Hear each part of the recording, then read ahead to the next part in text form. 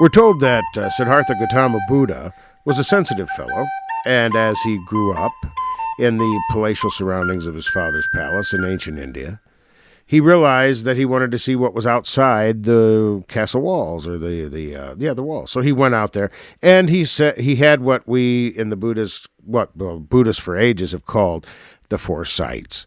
He saw a sick person, an old person, a dead person, and then a monk wandering around who didn't seem to be troubled by any of it. But Buddha was troubled because he hadn't run into death, old age, or sickness before.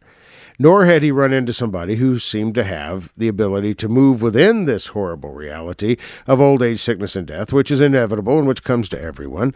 He hadn't seen someone that seemed to be walking around in it and being completely content, even in the middle of that perceivably horrible situation. He wanted to emulate that fellow. So he did. He left, and back then they really had one way to get away and find the truth. They had a great esteem for holy men back then, for people who were on the spiritual path. So he abandoned ship and left his castle, left his wife, left his son. This is how much he didn't leave them stranded. I mean, they were princess and prince. So, I mean, it's not like they weren't taken care of, but he was willing to renounce everything he had and go to find the truth, which is a better service than staying home anyway. So he went out to find the truth, and the only way he knew was asceticism, or the denial of the body. This is still true in Hinduism. It's still true in India. I've been there. I've seen it with my eyes. People do torture their bodies.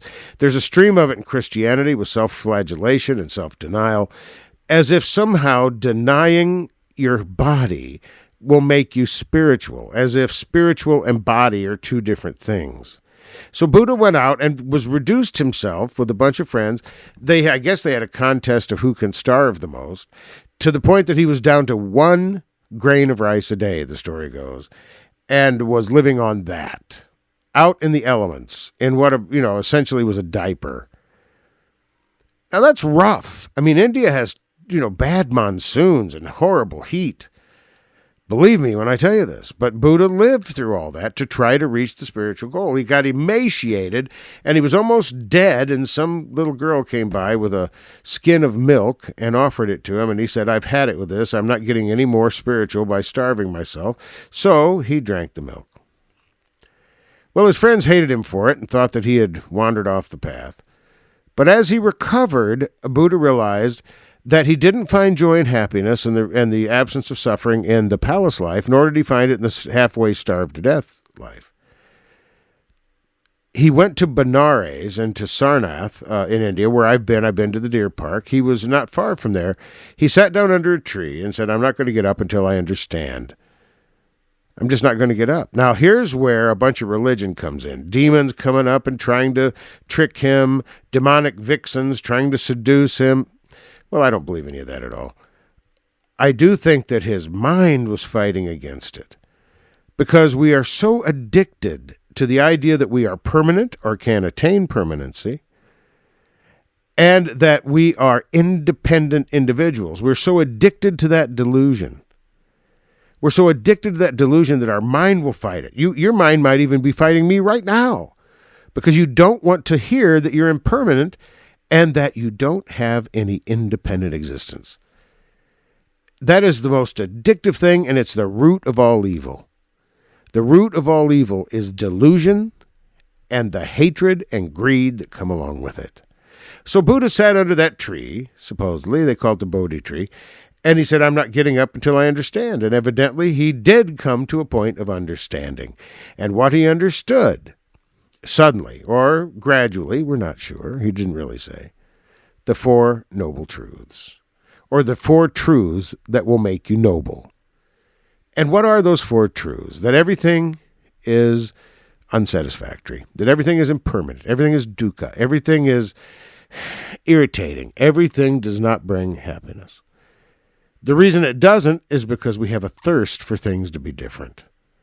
And we have a craving thirst for things to be different. So we're constantly fighting against life as it is, but we don't want to die either.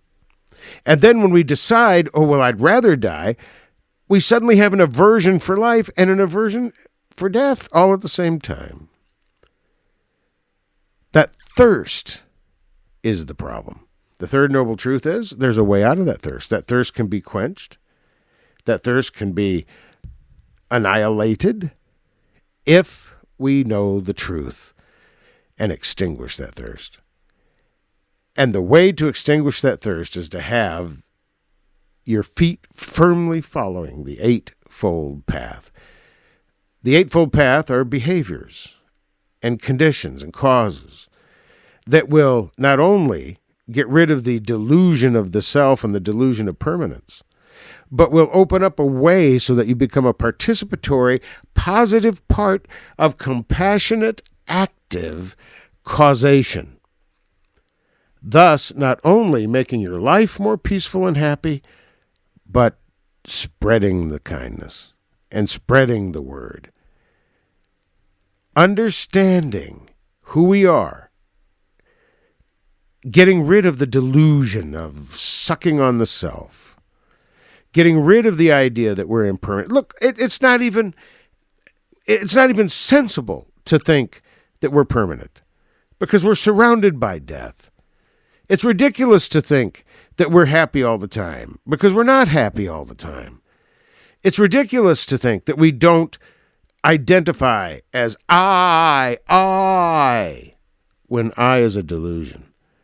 People fear that because they fear like they're losing part of themselves if they understand that the I is a delusion. There is no such thing as the I. But Buddha understood it. And he really wondered whether anybody would believe him. But that was the origin of the Four Noble Truths and the Eightfold Path. And we'll be unpacking these as we go along. At the American Buddhist Church, it is our goal to make the teachings of the Buddha consistent with Western conditions, to make Buddhism consistent with Western expectations. Buddhism is highly adaptable. Why? Because the truth is highly adaptable. Culture is not adaptable.